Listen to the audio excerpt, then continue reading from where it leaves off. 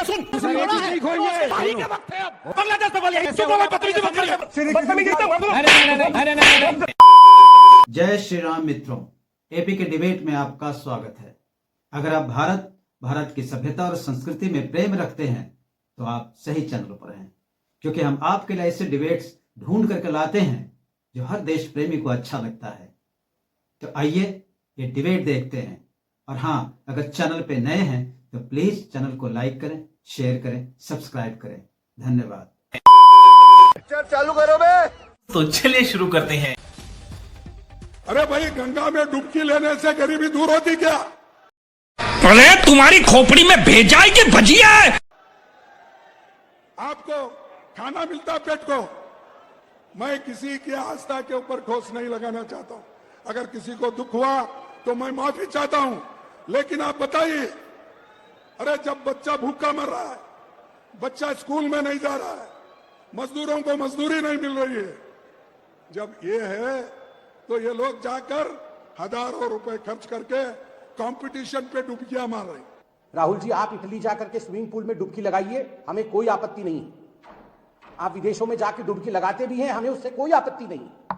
मगर गंगा मैया के खिलाफ इस प्रकार के शब्दों का प्रयोग करना, गंगा मैया और प्रयागराज जैसे पावन स्थलों और महापर्व, कुंभ जैसे महापर्व के साथ इस प्रकार का खिलवाड़ करना, यह उचित नहीं।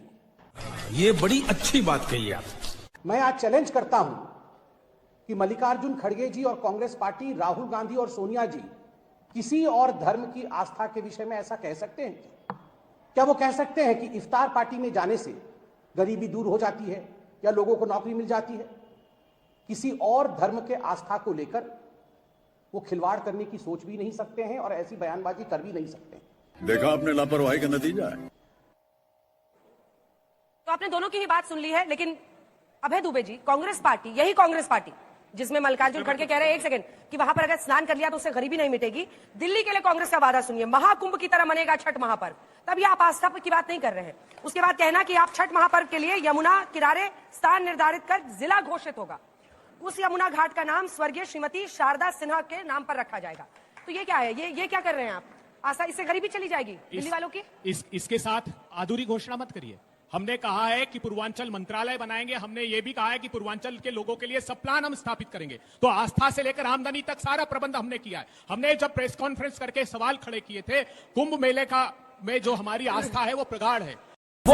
ये सब दोगलापन है।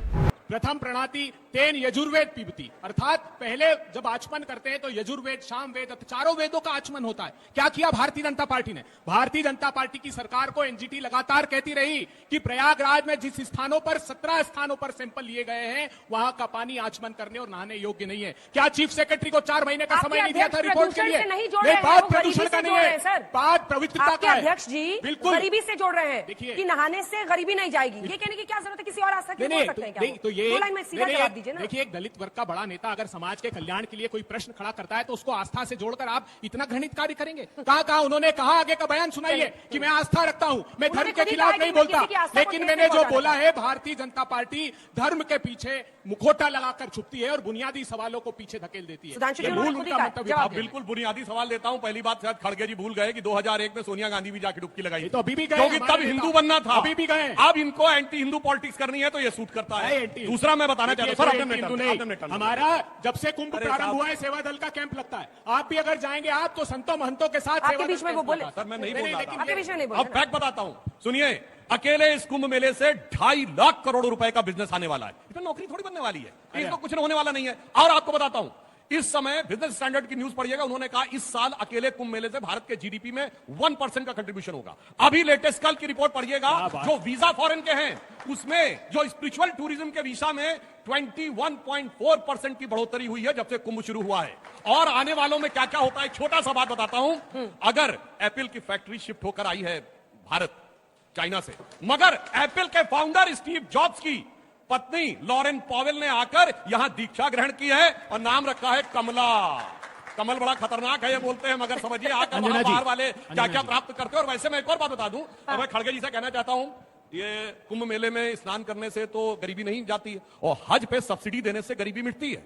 बाप रे, ये तो धोती खोल रहा। और मैं आप लोगों को यह भी बताना चाहता हूं, जैसे हमारे यहां गंगा जल पवित्र माना जाता है, शायद बहुत से गैर मुस्लिमों को ना पता हो, मक्का मुनव्वर में भी आबे जमजम है, यानी वहां भी एक पवित्र स्थल माना जाता है जिसपे जाके पानी लेना होता है। हैसियत नहीं है कि बोल के दिखा दे कि आबे जमजम का पानी लेने से कौन सा गरीबी का देखिए सुधांशु जी, इसलिए हिंदू धर्म के प्रति जो हिकारत भरी हुई है, हिंदू धर्म सनातन धर्म के प्रति या इरेडिकेशन ऑफ सनातन धर्म एजेंडा जो इनके तमिलनाडु के लोगों ने कहा, हिंदू धर्म के खिलाफ ग्लोबल हिंदुत्व जो 2021 में दुनिया में कॉन्फ्रेंस हुई, और ये उसी एजेंडा का एक हिस्सा है जो बरबस बात की बात से सामने आ जाता है। और सुधांशु जी, आपको सबक सिखा दिया हिंदू धर्म ने, हिंदू धर्म की आस्थाओं से खिलवाड़ किया। आपने खुद कहा ना कि वो पवित्र मां गंगा की सौगंध खाई थी प्रधानमंत्री जी ने, उन्होंने कहा था मां गंगा ने बुलाया। मैं आज आपसे पूछना चाहता हूं, क्या एक मिनट सुनिए, क्या आपने आस्था से खिलवाड़ नहीं किया? एनजीटी बार बार कहता रहा कि फीकल कोलीफॉर्म जहां 230 होना चाहिए 2500 एमपीएन 100 ml है, आप वो मानव मल में मिलता है सिर्फ। क्या आपको नहीं लगा कि हमको उसके पहले काम कर लेना चाहिए था? लगातार एनजीटी के तरह वहां आपने आस्था से कुठाराघात नहीं किया। देखिए एक बात सुन लीजिए, हमने कुंभ में जो आप कह रहे हैं, मैं विनम्रता से कहना चाहता हूं, ये धर्म के प्रति या धर्म की आस्था के खिलाफ नहीं था।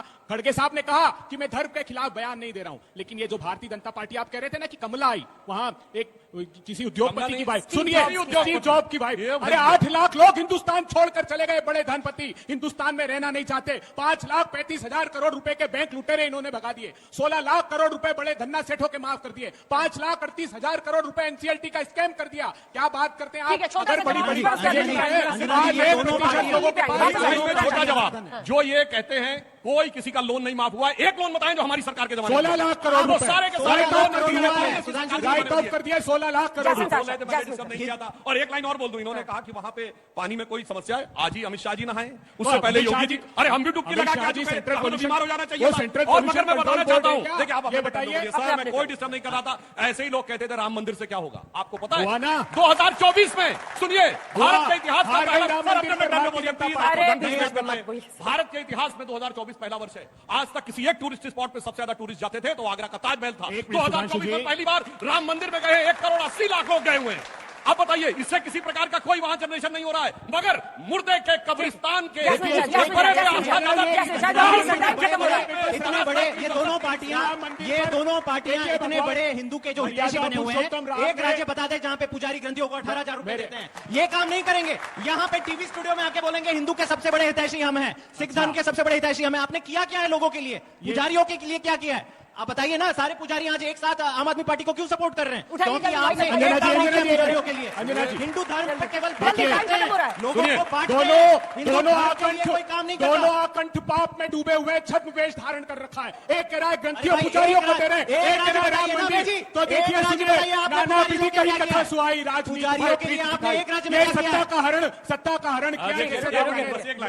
देखिए हर पुजारी और हर हिंदू ये समझता है, और ये आपने श्लोक जरूर सुना होगा, धर्मेण हन्यते व्याधि धर्मेण हन्यते ग्रह धर्मेण हन्यते शत्रु यतो धर्म ततो जया। तो धर्म के पक्ष में पुजारी खड़े होंगे, धर्मनिरपेक्ष के पक्ष में। आप सभी का बहुत बहुत धन्यवाद। अबे किधर है बे? Cut it.